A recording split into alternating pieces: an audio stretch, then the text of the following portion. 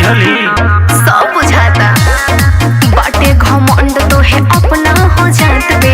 मार दे हम गोली जदी मिलबी ना माथ पे। करेला मार सबसे बात बात पे। मार देब गोली जदी मिलबी ना माथ पे। करो रंग बाजी नहीं हमारा तू सोझा डेरवावल चाहेला तू के हके। बतावा तनी अहिरान हमर दागरदा कदी तोहरा देह के। अहिरान हमर दागरदा कदी तोहरा देह के। अहिरान हमर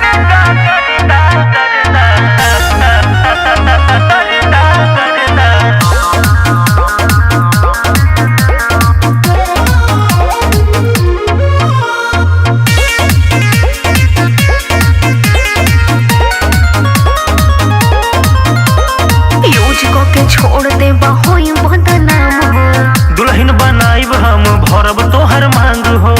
अरे ना छोड़ब हो सब जानतानी यूज के छोड़ दे होई बदनाम हो। बोली जद केहू धके चीर दे हम टांग हो।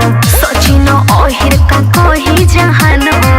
बोली जद केहू धके चीर दे हम टांग हो।